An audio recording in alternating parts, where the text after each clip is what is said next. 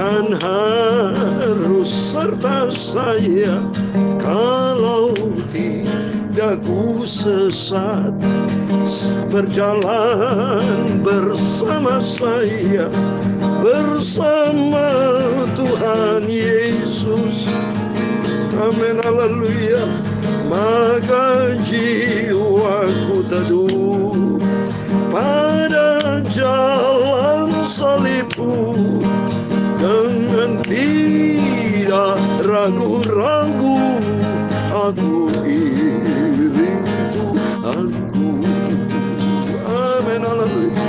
Tuhan harus sertai saya, baru ringanlah beban. Tidak lagi rasa takut, dan berjalan dengan damai. Amin, haleluya. Maka jiwaku aman pada jalan salibmu, dengan tidak ragu-ragu aku iring Tuhanku. Amin, haleluya. Tuhan harus sertai saya bila hatiku tergerak, jadi bimbang oleh dosa dan beban terlalu berat. Amin, haleluya. Maka jiwaku tenang pada jalan salibmu, dengan tidak ragu-ragu aku iring Tuhanku.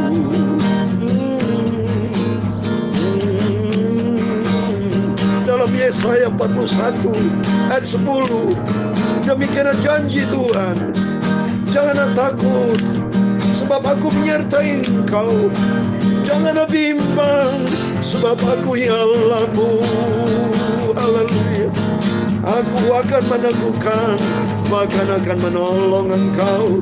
Aku akan memegang engkau dengan tangan kananku yang membawa kemenangan.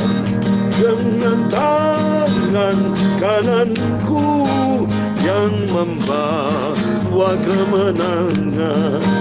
Amin, haleluya. Ya Tuhan, punya mula kebesaran, kejayaan, kehormatan, kemasyuran, dan keagungan, yang segala-galanya yang ada di langit dan di bumi. Haleluya. Ya Tuhan, punya mula kerajaan, dan Engkau yang tertinggi itu melebihi segala-galanya, karena Engkau sebagai kepala. Amin, haleluya. Sebab kekayaan dan kemuliaan itu berasal daripadamu, dan Engkau lah yang berkuasa atas segala-galanya. Amin, haleluya. Dalam tangan-Mu lah kekuatan dan kejayaan. Dalam tangan-Mu lah kuasa membesarkan dan mengokohkan segala-galanya. Amin, haleluya. Sekarang ya Tuhan Yesus Bapa kami bersyukur kepadamu dan memuji nama-Mu yang agung, kudus, mulia. Amin, haleluya. Maka jiwaku damai aman pada jalan salibmu, dengan tidak ragu-ragu aku iring Tuhan Yesus. Amin, haleluya. Terima kasih Tuhan Yesus, Engkaulah juru selamatku. Tunturlah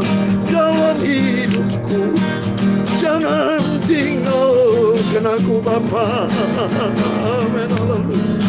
Ampuni semua dosaku, sucikanlah hidupku, baharui dengan firman-Mu sampai aku masuk surga. Tuhan Yesus Bapakku, ku mau cinta dengan setia, ku mau selalu taat pada firman-Mu sampai aku masuk ke surga. Amin. Ampunilah dosaku Bapa, sucikanlah mulutku, kuduskan tubuh jiwa rohku. Sebentar izinkan saya baca firman-Mu. Tuhan, terima kasih. Segala puji, hormat, kebesaran, ketinggian, kemuliaan, keagungan, kesempurnaan, kekudusan, tempat tertinggi di atas segala-galanya hanya bagi Allah Bapa di dalam kerajaan surga. Di dalam nama Tuhan Yesus Kristus kami hamba-Mu sudah berdoa. Haleluya. Amin. Puji Tuhan. Shalom dan selamat pagi. Selamat kita berjumpa kembali di dalam kasih Bapa kita Tuhan Yesus Kristus pada Sabtu pagi ini tanggal 2 April 2022. Kepada Bapak Ibu Saudara semua dicinta dan diberkati oleh Tuhan Yesus. Dalam nama Yesus kita semua diberkati Tuhan.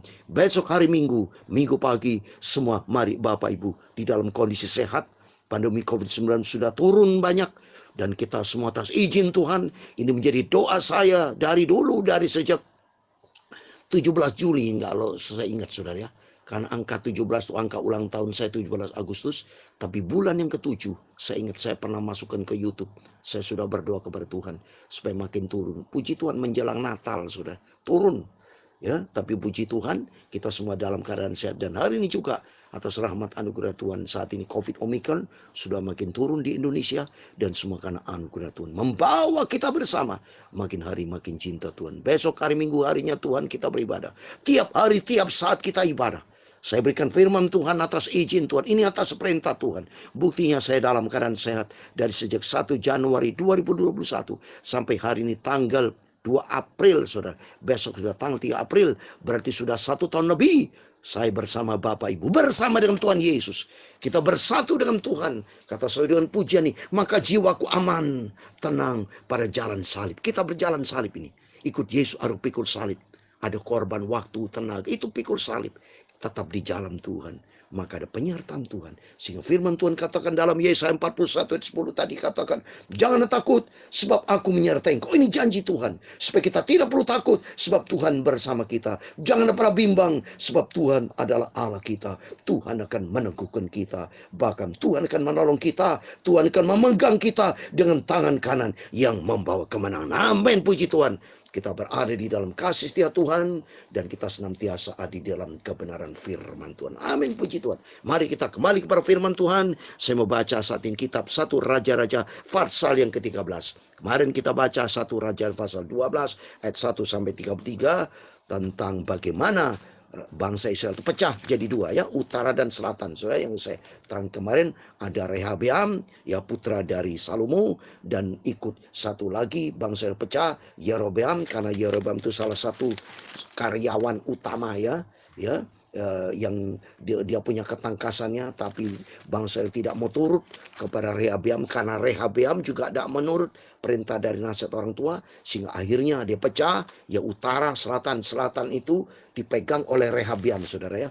Rehabeam itu pegang yang selatan ya. Selatan itu yaitu Yehuda dan suku Benyamin.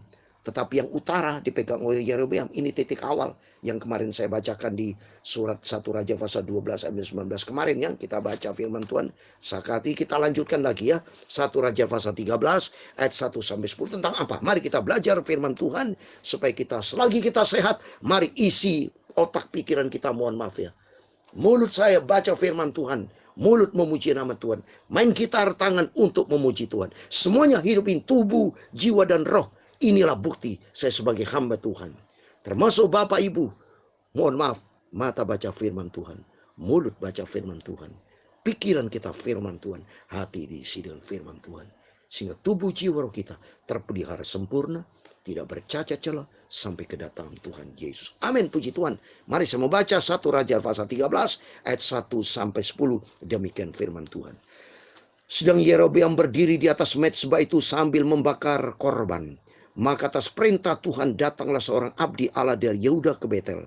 Lalu atas perintah Tuhan bersulah orang itu terhadap mezbah itu, katanya, hai mezbah, beginilah firman Tuhan, bahwa seseorang anak akan lahir pada tengah keluarga Daud, Yosia namanya.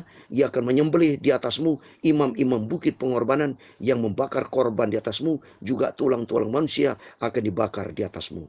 Pada waktu itu juga ia memberitahukan suatu tanda ajaib, katanya, inilah tanda ajaib bahwa Tuhan telah berfirman bahwa mezbah itu akan pecah sehingga tercurah abu yang di atasnya.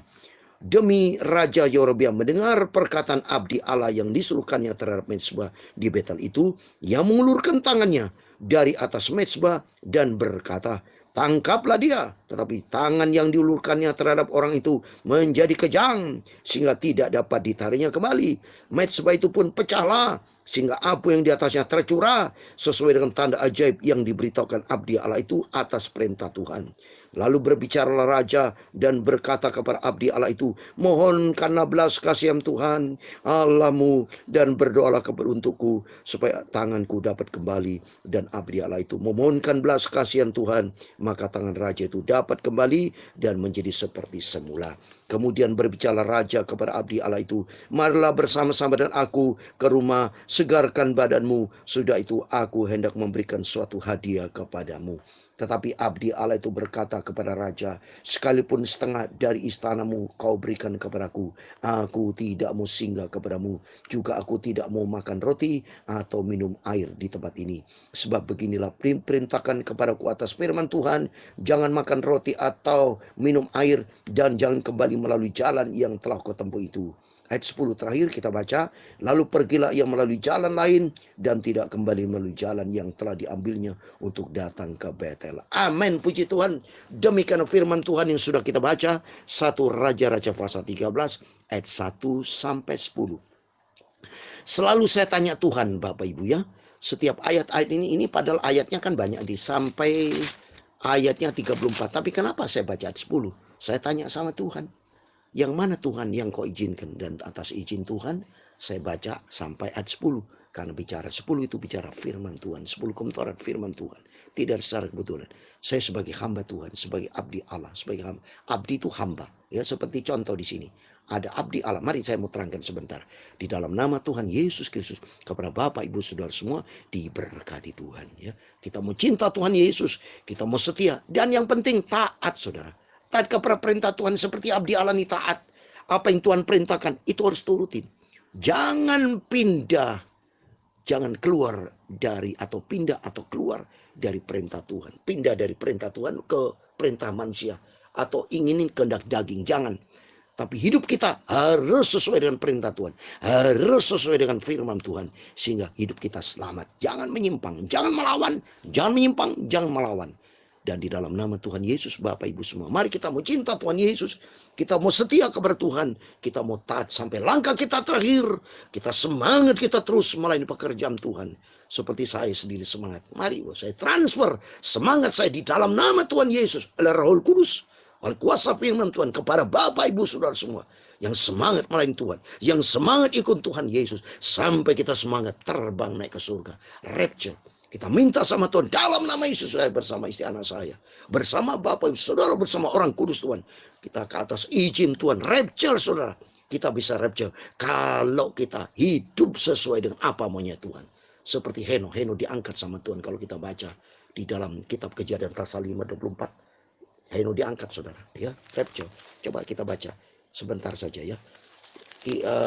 Kitab Kejadian pasal 5 ayat 24, demikian firman Tuhan. Kitab Kejadian, saya harus buka kitab 5:24, demikian. Dan Heno hidup bergaul dengan Allah, lalu ia tidak ada lagi sebab ia telah diangkat oleh ini Heno adalah anak Tuhan pertama, ciptaan Tuhan pertama yang diangkat hidup-hidup. Ya, oleh itu kita minta sama Tuhan, kalau Tuhan berkenan kita juga sama, asal kita mau taat. Nah, mari kita kembali kepada firman Tuhan dari ayat 110. Ini cerita tentang apa? Kita di sini ada dua hal. Satu, yang pertama tentang Raja Yerobeam yang sudah saya katakan tadi. Ya, Raja Yerobeam itu adalah raja bangsa Israel, khusus memimpin ya 10 suku ya. Dari suku Ruben ya, dari suku-suku yang ada, saudara bisa ingat itu ya, kalau dua suku yaitu suku Yehuda dan suku Benyamin itu dipimpin oleh Rehabiam yang seperti saya terangkan. Tapi Raja Rehabiam ini dia adalah raja yang Tuhan tentunya atas izin Tuhan tentu ya. Tetapi kalau kita lihat di sini tangannya sudah tidak bisa karena begini ya, pada waktu dia di ayat 1 dia ingin mempersembahkan membakar korban ya. Datanglah atas perintah Tuhan seorang abdi berarti hamba Allah dari Yehuda ke Betel ya.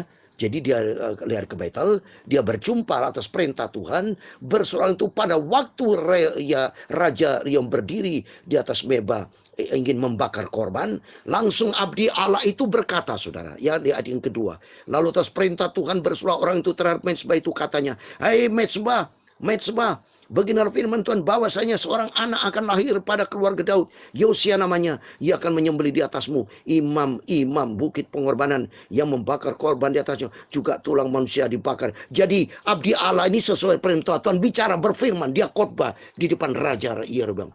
Bingung saudara Raja Rehoboam. Langsung Rehoboam marah tuh ya, kalau ya dia marah langsung berkata kepada abdi Allah itu, kalau saudara baca di ayat keempat, demi Raja Yerobeam mendengar perkataan abdi Allah yang disuruhkannya terhadap mezbah di Betel itu, yang mengulurkan tangannya di atas mezbah dan berkata, tangkap dia. Jadi tangannya itu mengulur saudara, tangan menuju kepada abdi Allah itu langsung saudara, karena abdi Allah diperintah Tuhan ini. Maka kita belajar di sini. Raja Rehoboam tangannya tidak bisa bergerak, saudara.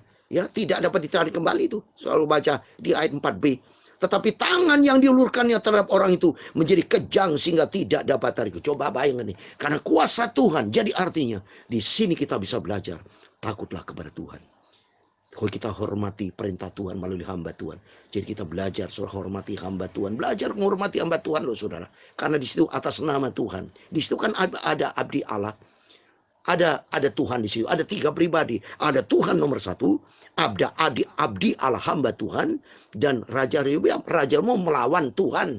Ada di situ abdi Allah atas perintah Tuhan. Kalau abdi Allah hamba atas perintah Tuhan, kita tidak boleh melawan loh saudara ya. Kalau berani melawan itu ada firman Tuhan ya saudara. Maka ini firman Tuhan ya, bukan nakut-nakutin. Semua kita harus berpadanan kepada firman Tuhan. Saya mau baca Mazmur 105 ayat 15, demikian firman Tuhan.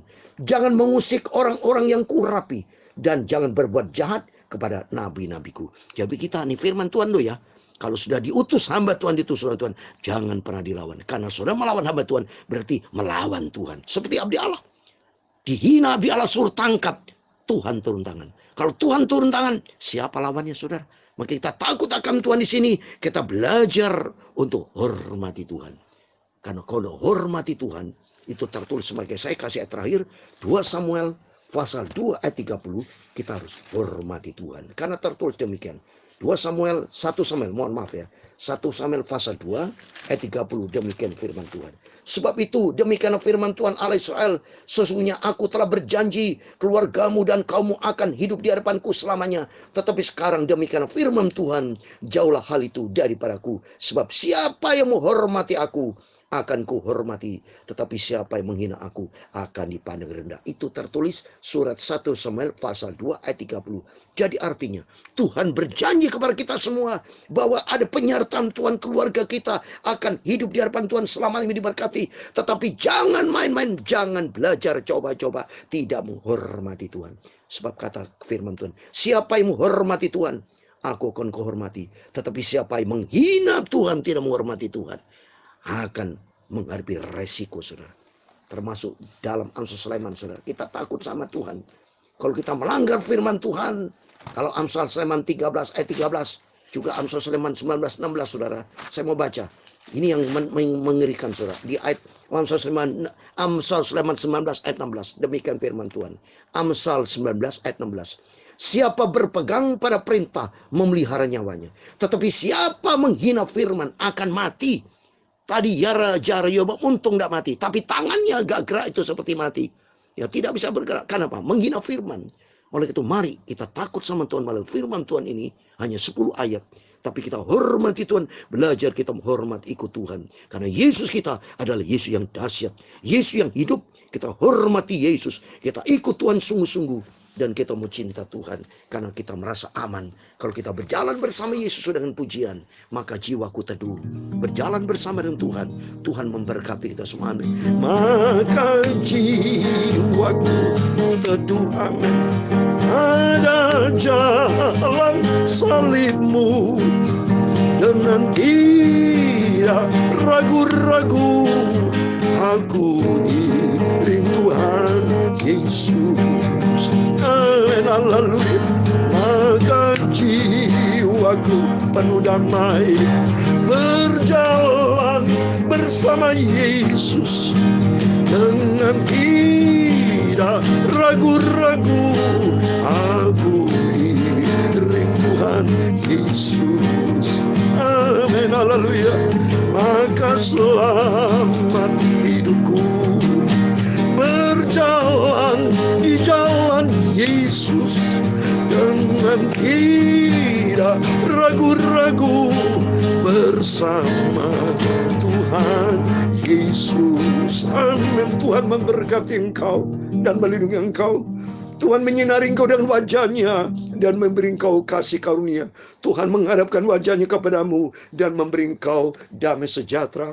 Bapa kami yang di surga, dikuduskan namamu. Datanglah kerajaanmu. Jadilah kehendakmu di bumi seperti di surga. Berikanlah kami pada hari ini makanan kami secukupnya. Dan ampunilah kami akan kesalahan kami. Seperti kami juga mengampuni orang bersalah kepada kami. Dan jangan membawa kami ke dalam pencobaan. Tetapi lepaskanlah kami dari orang jahat. Karena engkaulah yang punya kerajaan dan kuasa dan kemuliaan sampai selama-lamanya. Amin. Puji Tuhan. Selamat pagi. Selamat beraktivitas. Jangan lupa besok hari Minggu harinya Tuhan. Kita semua beribadah kepada Tuhan. Dan utamakan Tuhan. Hormati Tuhan. Dan Tuhan memberkati Bapak Ibu Saudara semua. Dan Tuhan bersama kita. Immanuel. Puji Tuhan. Haleluya. Amin.